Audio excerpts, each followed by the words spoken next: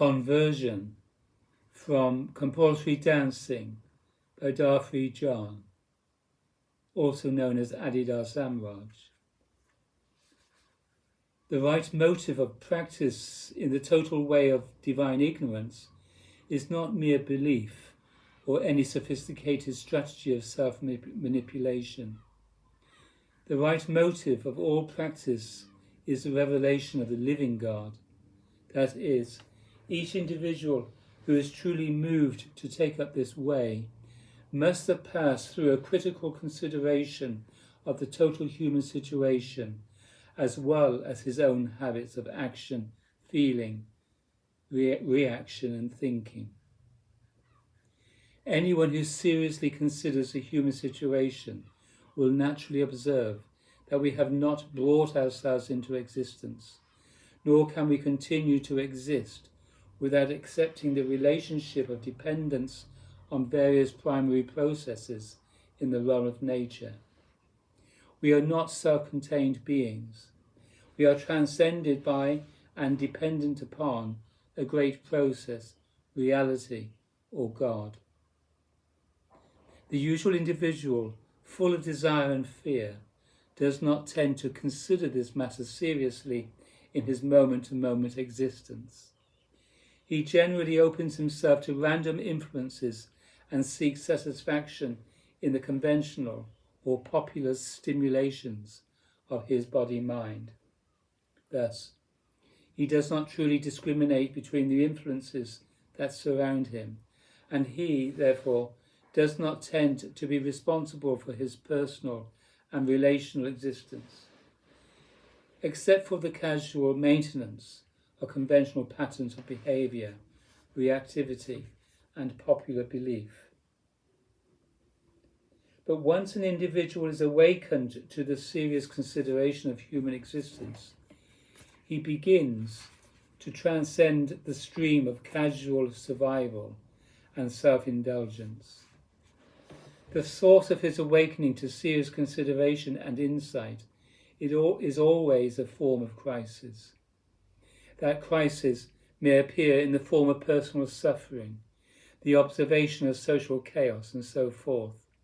But it must always be followed by receptivity to the communication or argument of spiritual understanding, given through divine teachings, personal encounters with serious practitioners of the spiritual way of life, and so forth.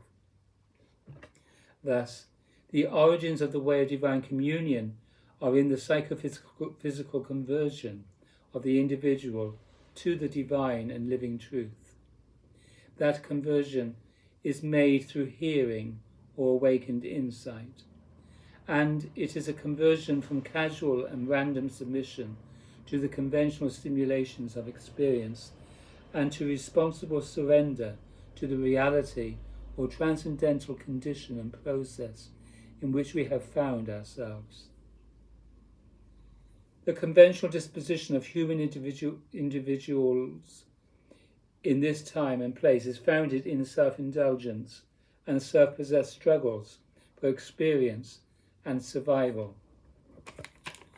The social machine as a whole is geared toward the accumulation of objective knowledge or the attainment of the ultimate power to control and manipulate the great machine of nature, including man.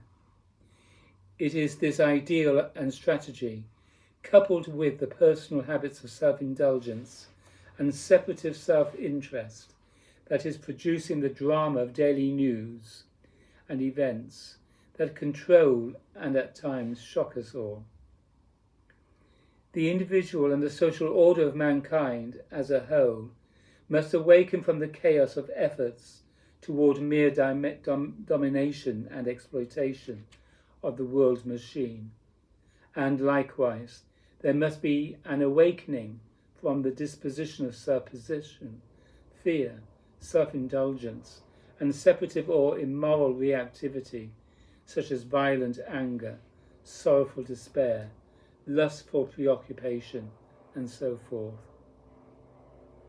The truly human individual is one who has been converted from self-possession to self-transcendence, from self-indulgence to self-control and self-giving. The true human society permits truly human acculturation, the development of intimate politics or human communities, and the tempering of all knowledge and technological as well as political power by the higher cultural ideals of the realization of wisdom and of the divine transformation of the world, of mankind, and of the human individual.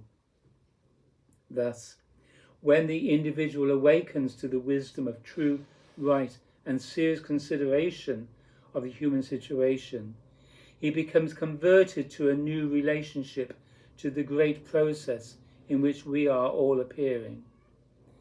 Instead of commitment to mere knowledge, power, and the ideal of exploitation or manipulation of the realm of nature, the awakened individual is committed to an intuitive and cooperative relationship to the great process and to the personal and relational or moral conditions of human existence.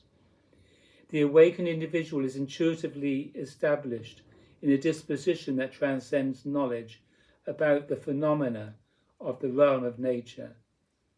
He is established in the intuition of his actual and eternal situation, which is not that of ultimate knowledge and the power to survive by total and vulgar manipulation of self, others, and the world. The awakened individual intuits that his essential situation is one of transcendental or divine ignorance. No matter how much experience or power he may acquire, no matter how much he may know about the conditions of nature, he never at any time knows what anything or himself or the world is. The world and all phenomena and even our own personal qualities always transcend our ability to be independently responsible for them. That is, we do not create the world or ourselves. We are transcended. We depend on the great process. We do not now or ultimately know what any of it is.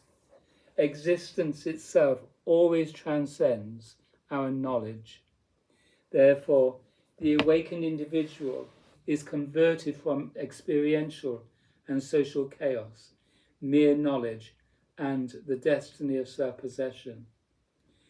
He does this by intuiting the right disposition of man, the disposition of divine ignorance, or intuitive surrender of self into the great process or reality in which the self is perceived or conceived.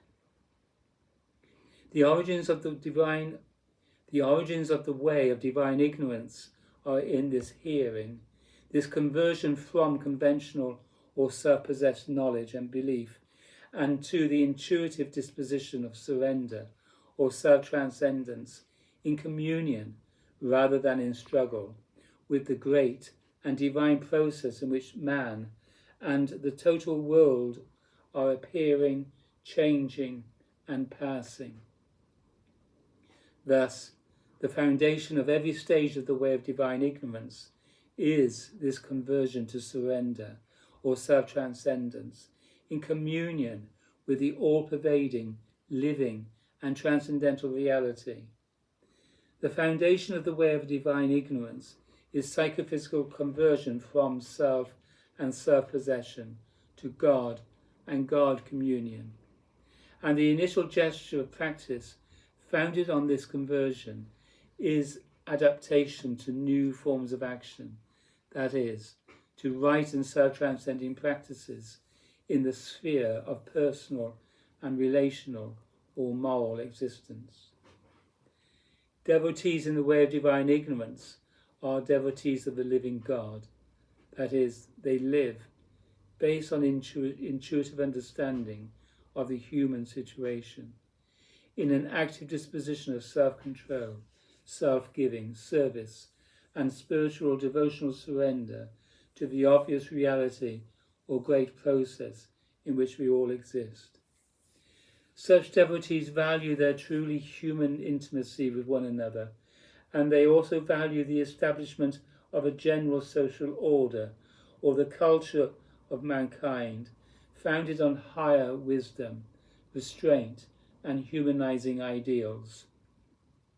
Such devotees also enjoy and value the esoteric or true spiritual relationship with the spiritual master or the divine adept, who has become full through the intuition and practice of divine wisdom.